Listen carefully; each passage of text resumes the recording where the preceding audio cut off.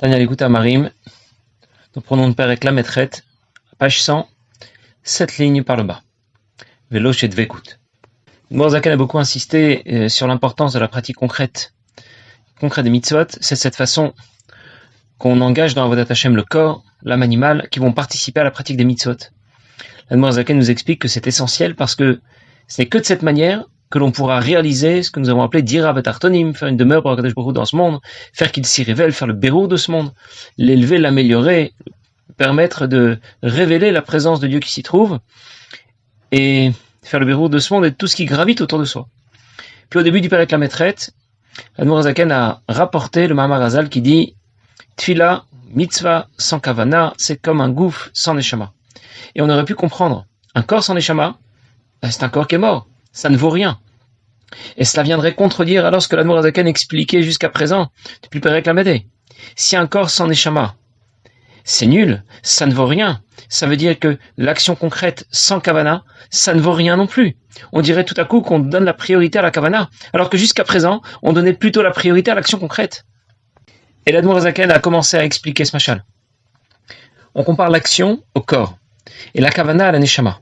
Le problème, c'est que si nous savons bien ce que c'est qu'un corps, on sait un peu moins bien ce que c'est qu'une neshama. Et pour qu'on comprenne davantage le machal que les chachamim nous ont donné, un corps sans neshama, l'Admor Zaken nous a donné un exemple plus concret, un exemple qui nous parle davantage, un exemple qui est emprunté à notre monde. On a divisé les 4 domaines de la création en 2 familles. On a parlé de la famille Gouf, la famille Goufnik, qui est associée au minéral, au végétal, et la famille Neshama Nishmatik, qui est associée à l'animal et à l'homme. Et on a expliqué que le Hester, ça veut dire la façon dont le divin est occulté, est la même dans ces 2 familles d'éléments. Dieu est occulté de la même façon dans les minéraux, les végétaux, les animaux ou l'homme. On ne le voit pas. Dans l'exemple que j'avais donné l'autre jour, on pourrait dire que le rideau devant la fenêtre ou devant le trou, c'est le même. Par contre, en termes de tzimtzum, là, il y aura des différences entre ces 2 familles d'éléments. Dans l'exemple que j'avais donné, c'était la différence qu'il y a entre un petit trou, un gros trou d'une part, et une grande fenêtre et une petite fenêtre d'autre part. Bien sûr qu'il y a plus d'énergie dans l'ensemble que l'on a appelé homme et animal que dans celui qu'on a appelé végétal et minéral. Dans le Nimshal, qu'est-ce que ça veut dire? Dans l'action concrète et dans la Kavana, il y a le même Ratzon Hashem. De la même façon que le divin est occulté de la même façon dans ces 2 familles d'éléments. Dans la famille Gouf et la famille Neshama, eh bien de la même façon, et on retrouve le même Ratzon Hashem, de la même façon mais à l'envers. On retrouve le même Ratzon Hashem dans l'action concrète et dans la Kavana. Dieu souhaite autant l'un que l'autre. Il souhaite autant l'action et la Kavana. Et d'autre part, nous avons dit qu'en termes de Tzimtzum, ces 2 familles d'éléments étaient différentes. Il y a plus d'énergie chez l'homme et l'animal qu'il y en a chez le végétal ou le minéral. Dans la famille Neshama que dans la famille Gouf. Et nous avons expliqué qu'à travers la Kavana, va tout de même filtrer davantage de lumière. À travers la Kavana filtre davantage de lumière, ça veut dire j'ai une ouverture plus importante. La lumière qui va accompagner la mitzvah que je vais pratiquer sera plus pure, sera plus haute. Mais c'est seulement parce que Dieu en a décidé ainsi. C'est pas parce que la Kavana en soi, qui se conçoit sur un plan spirituel, serait en soi meilleur, nous rapprocherait davantage d'Akadosh Baruch Hu. Comme on aurait pu le croire, que la Kavana, c'est quelque chose qui est plus compatible avec le divin. C'est naturellement plus compatible que l'action concrète. Et donc, cela va charger nos mitzvot de plus de lumière, parce qu'en soi, la Kavana est intrinsèquement chargée de davantage de lumière. Eh bien, pas du tout, va nous dire tout de suite l'Admor Zaken. Parce que ma Kavana est en réalité très loin d'Akadosh Baruch Hu. On parle de la Kavana d'un homme qui vit dans ce monde, qui pense à Dieu, c'est vrai, mais devant Dieu qui est infini. L'action ou la Kavana de l'homme sont dans le même sac. C'est simplement et seulement parce que Dieu donne de la valeur autant à mon geste technique, quand j'accomplis une mitzvah, qu'à la Kavana qui l'accompagne, que cette Kavana se trouve avoir de la valeur, mais la Kavana elle-même intrinsèquement n'a pas la qualité d'établir une relation avec Dieu plus puissante et plus lumineuse. C'est seulement parce que Dieu en a décidé ainsi. Alors c'est ce que dit tout de suite l'Admor Zaken. Ce n'est pas que, en soi, penser convenablement lorsque j'accomplis une mitzvah, lorsque j'y réfléchis, que j'y accompagne davantage de cœur, de motivation. Ce n'est pas une mitzvah d'atzma, les malamid vekut qui ma mitzvot masiad poel mamash. Ce n'est pas qu'en soi il y a un avantage dans la kavana par rapport au geste concret, à la pratique d'une mitzvah. Et la mipne chez Ugam ken retsonei yibarech. Mais c'est que c'est simplement la volonté de Dieu. Dieu veut autant que l'on cherche à se rapprocher de lui, les davkab, les sechel ou marshava, kavanat amitzot masiot, kavanat kirat shema ou tfila ou shar brachot, autant par la pratique concrète des mitzvot que par l'intention qui va l'accompagner lorsque je vais accomplir une mitzvah, lier kirat shema, faire la tfila ou dire une autre bracha. Ve'arat ratzon ha'elyon hazeh. Alors, la volonté suprême de Dieu qui éclaire maintenant, qui apporte une valeur ajoutée à la mitzvah que j'accomplis. Hamira umlubesh et bekavanazo, qui vient intégrer cette kavana, cette motivation, ces bonnes pensées que j'ai eues.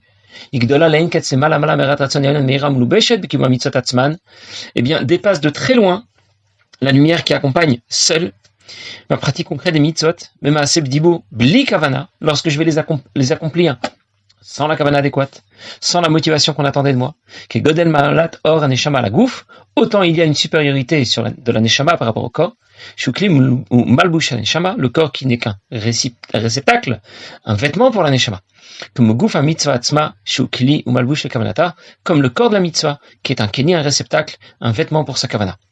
Je récapitule. La volonté de Dieu, c'est la même, dans l'action concrète, lorsque je pratique une mitzvah, et dans l'intention qui l'accompagne. Même si la kavana va révéler davantage la volonté de Dieu. Je vous donne un exemple. Je vais secouer mon loulav pendant la fête de Sukkot. Je le secoue bêtement, parce qu'on m'a dit de le secouer, alors je le secoue. C'est la volonté de Dieu.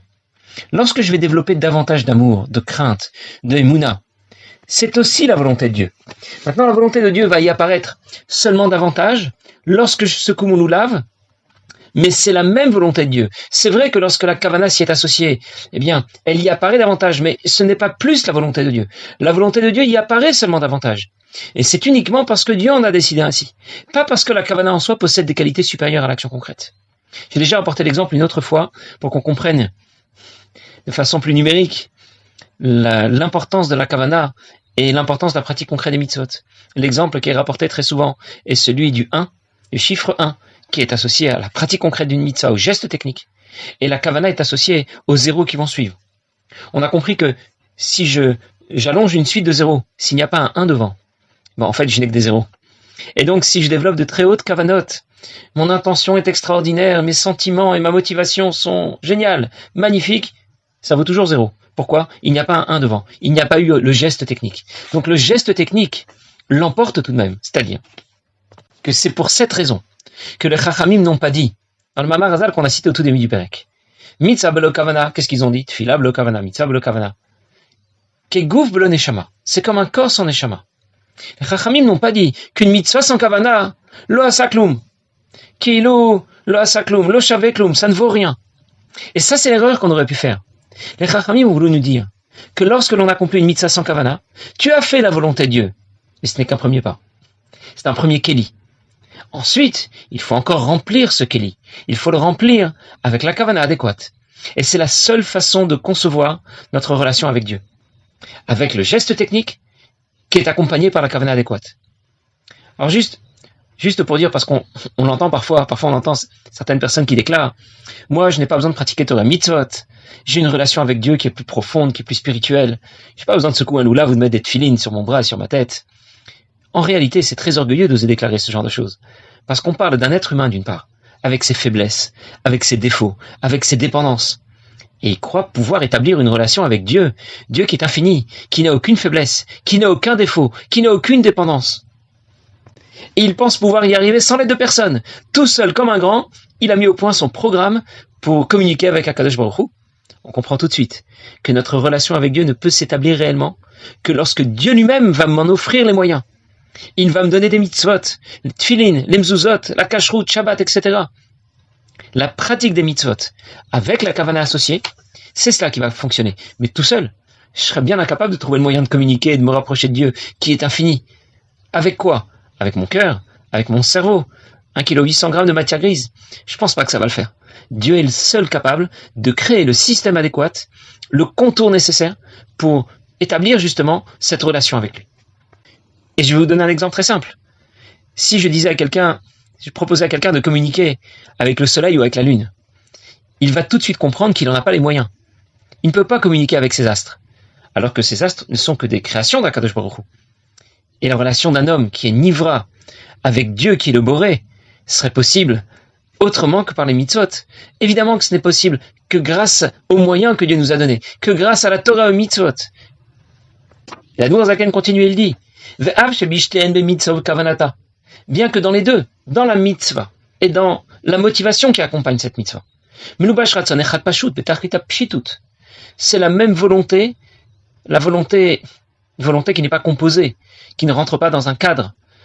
La volonté de Dieu pure, belishum shinui v'ribui chas v'shalom, qui n'est pas une volonté qui est le résultat de différents éléments qui se sont associés.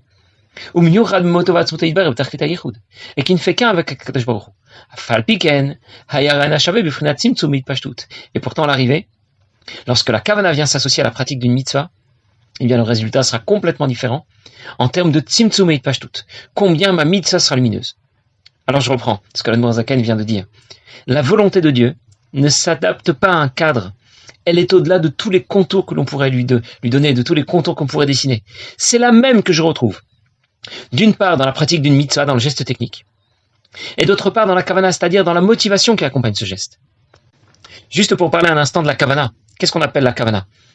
Imaginons quelqu'un qui fait qui va faire cette fila. Il commence par prononcer les mots. C'est déjà très bien. Mais il n'a pas encore pensé à ce qu'il disait.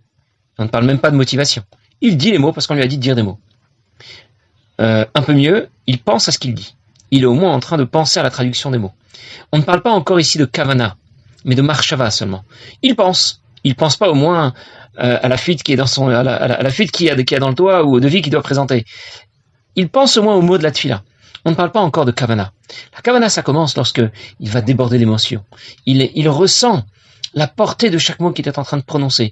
Il est motivé. Il veut se rapprocher de Dieu. Il voudrait pouvoir parler à Kadosh Baruch Hu jusqu'à la fin de la journée.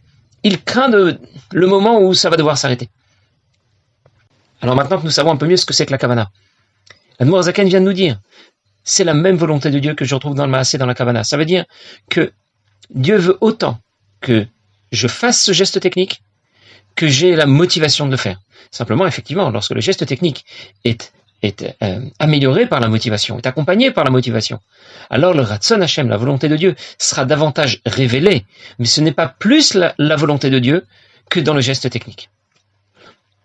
Et l'Admour Zaken, dans la note, va nous donner un mashal, va nous donner un exemple. On va d'abord le lire. C'est écrit dans Etzraïm, Shkavanat HaMitzvot de Talmud Torah Madrigat Or. On compare la kavana à la lumière. Le gouf HaMitzvot est la pratique concrète des mitzvot, Madrigot au Prinat Kelim, un réceptacle. Shem Prinat Tzimtzum, un réceptacle qui vient bien sûr contracter cette lumière. Sha'idé Tzimtzum Aor, Tavo Kelim Kadol Yodechen. Parce que la lumière a été contractée. Alors les réceptacles ont été créés. Bien, qu'est-ce que l'Admour Zaken vient de nous dire? Je vais vous expliquer tout de suite. L'Admour Zaken nous donne un exemple. La kavana comparée à la lumière. Le maasé, l'action, est comparée à un keli. La même lumière va être contractée de façon différente en fonction du keli, en fonction du réceptacle. Je vous donne un exemple. Un rav veut transmettre une idée à ses élèves. Il a 2 classes. Dans la première classe, il a des élèves qui sont instruits, intelligents. Il va leur dire quelques mots, ils auront tout compris. Dans la deuxième classe, il a des élèves qui sont moins instruits et moins intelligents. Dans ce cas, l'information ne va pas passer aussi directement et facilement. Il va leur donner un exemple, ça va pas suffire. Il va donner un deuxième exemple pour expliquer le premier. Ça n'ira toujours pas. Il va en donner un troisième pour expliquer le deuxième, et ainsi de suite. À la fin, les élèves vont comprendre le dernier machal, le dernier exemple. Ça veut dire quoi? Dans les deux classes, les élèves ont compris la même idée. La même idée est passée. Mais pour la première, l'idée que le Rav voulait transmettre est passée de façon claire et directe. Pour la deuxième, l'idée est passée dans une enveloppe plus épaisse, après de nombreux machalim, de nombreux exemples. Eh bien, c'est de la même manière que se conçoivent le maasé et la kavana. L'action et l'intention qui l'accompagnent. Ils sont comparés au orot et au kelim, aux lumières et aux réceptacles. Plus il y a de lumière, et moins le keli va brider la transmission de cette lumière. C'est-à-dire, je reprends, plus il y a de kavana, plus l'intention et la motivation est puissante, et plus la volonté de Dieu sera révélée dans le geste technique que j'ai accompli. Moins il y a de kavana, et moins la volonté de Dieu sera révélée dans le geste technique que j'ai accompli. Mais c'est la même volonté de Dieu qui passera d'une façon différente, c'est vrai, dans le maasé, dans la kavana, comme l'idée du Rav qui est passée de façon différente dans la première et la deuxième classe. Mais les élèves l'ont compris de la même manière. C'est la même idée qui passera, c'est vrai, de façon différente dans les 2 classes, mais c'est la même idée. De la même manière, c'est le même Ratzon Hashem que l'on retrouve dans la kavana et dans le maasé. Sauf que lorsque la kavana accompagne le maasé, eh bien le Ratzon Hashem sera davantage révélé. Alors, plus tard, l'Admour Zaken va nous donner plus de précision au sujet de cette kavana qu'on attend de nous. Mais il fallait déjà poser que si la kavana décuple la puissance de la mitzvah, la luminosité de la mitzvah, il faut d'abord la mitzvah. Il faut bien sûr, c'est la base, c'est le socle sur lequel tout repose, sur lequel tout l'édifice repose. La conclusion de tout cela, c'est qu'on ne peut négliger ni la kavana, ni le maasé, mais surtout pas le maasé. Et on se rend compte que le Mamar Hazal que l'Admour Hazaken avait cité au tout début du Pérec, qu'une mitzvah, une fila sans kavana, c'est comme un gouffre sans neshama, c'est comme un corps sans neshama. On se rend compte qu'en vérité, on n'avait absolument pas compris ce que voulait dire ce Mamar Hazal. Et une fois que l'Admour Hazaken nous a expliqué ce que voulait dire gouffre et neshama, et tout ce qu'il nous a dit depuis le début du Pérec, alors on comprend avec beaucoup plus de profondeur ce Mamar Hazal qui nous explique que on ne peut se passer ni de l'un ni de l'autre, mais malgré tout, le maasé, l'action concrète, la pratique concrète du mitzvah reste le socle, la base sur lequel tout le reste reposera. Passez une bonne journée.